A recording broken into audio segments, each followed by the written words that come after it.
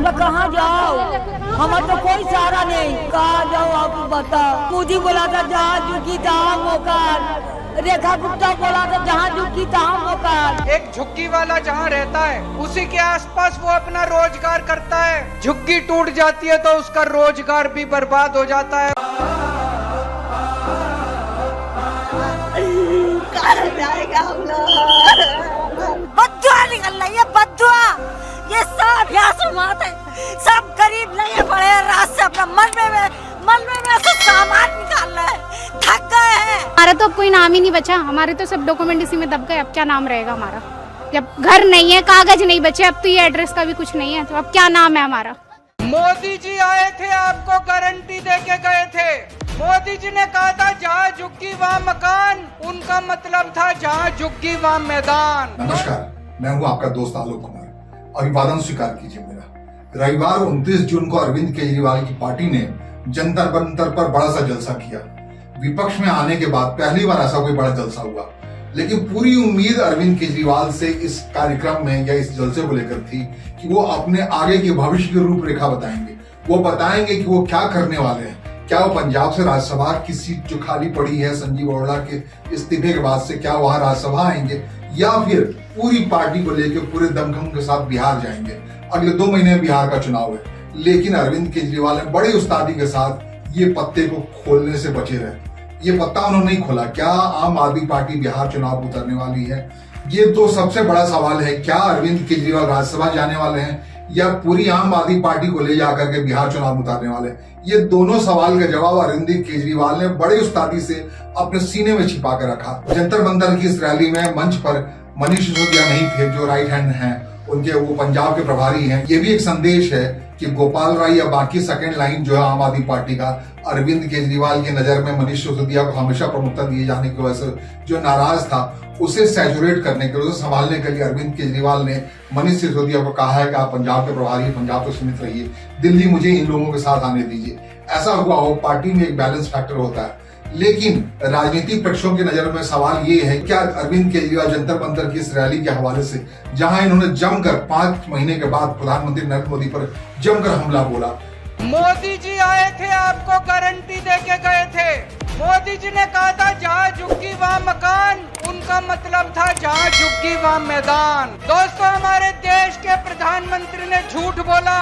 मोदी की गारंटी झूठी है। आगे कभी जिंदगी में मोदी की गारंटी पे भरोसा मत करना। झुग्गी उजाड़ने के नाम पर प्रधानमंत्री को जमकर हमला बोला। उन्होंने कहा कि प्रधानमंत्री कहते थे झुग्गी नहीं हटाएंगे, अब झुग्गी को मैदान बनाएंगे, इस राह पे चले आए हैं। तो अरविंद केजरीवाल जितने प्रखरता से प्रधानमंत्री पर हमलावर थे, ऐसा हाल के दिनों में नहीं देखा गया। जहां तक अरविंद केजरीवाल के बिहार जाने का सवाल है, तो वहां पर उनके जो स्टेक होल्डर हैं, अरविंद केजरीवाल की पार्टी के वोट बैंक के जो स्टेक होल्डर है, उसकी तादाद बड़ी है। वहां प्रशांत किशोर है, तेजस्वी यादव है, लेफ्ट पार्टियां हैं, तो जमीन से जुड़े लोगों को, जो झुग्गी झोपड़ी में काम करने वाले, उनका बड़ा गहरा काम है। सीपीआई एमएल के दीपंकर भट्टाचार्य है, उनका जो काम है डाउन ट्रोडन के बीच में, वो अरविंद केजरीवाल उसकी तुलना नहीं कर सकते। बिहार में इतने ज्यादा प्लेयर्स हैं। इतना ही नहीं, चिराग पासवान जिस ढंग से नीतीश कुमार के क्षेत्र में जाकर के, वो राजगीर हो या नीतीश कुमार का और सा इलाका, वहां जाके जिस ढंग से हमलावर है, वोट बैंक के लिहाज से बात कर रहे हैं, तो ये सारे लोग दिल्ली या पंजाब में अरविंद केजरीवाल के वोटर है। जहां तक बिहार की राजनीति का सवाल है, वहां अरविंद केजरीवाल के जो वोट बैंक कह सकते हैं आप, बिल्कुल डाउन ट्रोडन, जो अत्यंत पिछड़ा वर्ग है, उसके सबसे बड़े जो अवलंबदार हैं, वहां पर खुद मुख्यमंत्री नीतीश कुमार है। उन्होंने काफी काम किया उनके बीच में। इसके अलावा जो वहां काम करने वाले लोग हैं, तेजस्वी यादव को बड़ी उम्मीद है इस अत्यंत पिछड़े वर्ग से, जिनकी आबादी बिहार में 36% है। इसके अलावा लेफ्ट पार्टियां, जो दीपंकर भट्टाचार्य की बात हम कर रहे हैं, उनका बड़ा काम किया हुआ इनके बीच में। चिराग पासवान खुद एनडीए से बाहर निकल के उबल रहे हैं इसी वोट बैंक के सहारे।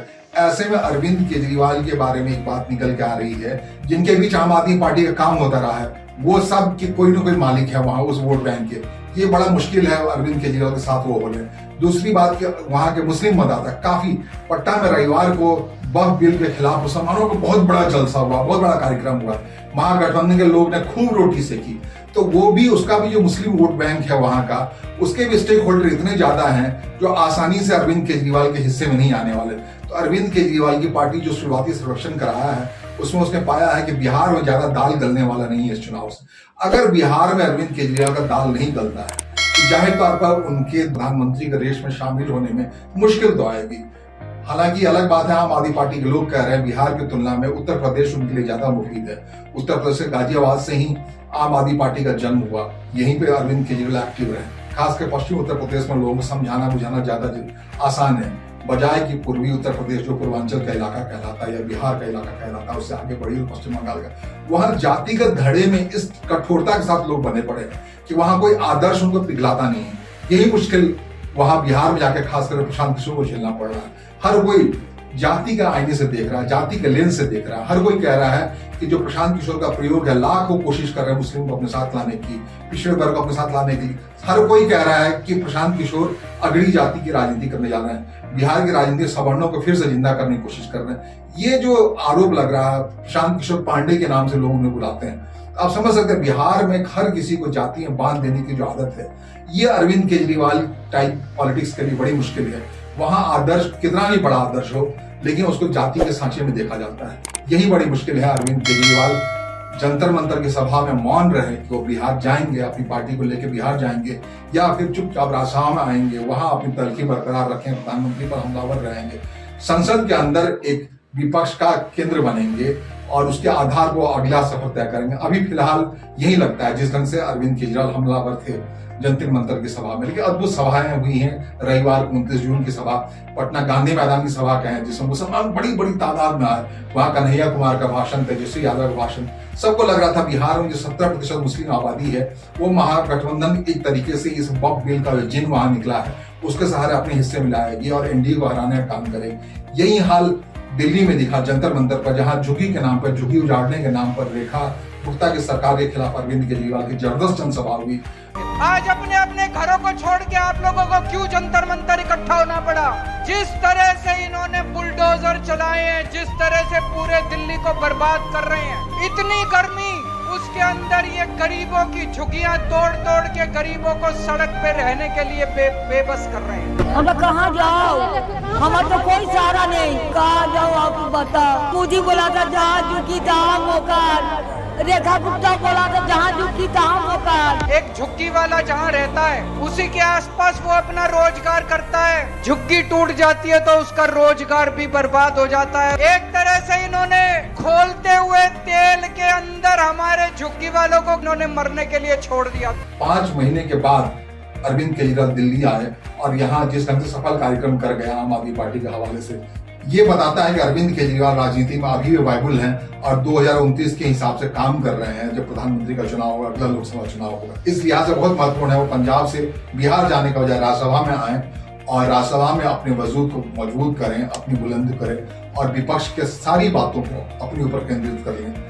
नमस्कार, धन्यवाद से पहले मैं चाहता हूं आपसे आग्रह करना चाहता हूं कि आप इस चैनल को सब्सक्राइब करें, लाइक करें, कमेंट करें, मुझे इंगेज करें, मुझे बताएं कि मैं सही तरीके से आपको बोल पा रहा हूं या नहीं बोल पा रहा हूं और मुझे में क्या सुधार की जरूरत है और कौन सी जानकारियां आप तक पहुंचानी चाहिए जो आपके लिए आवश्यक है।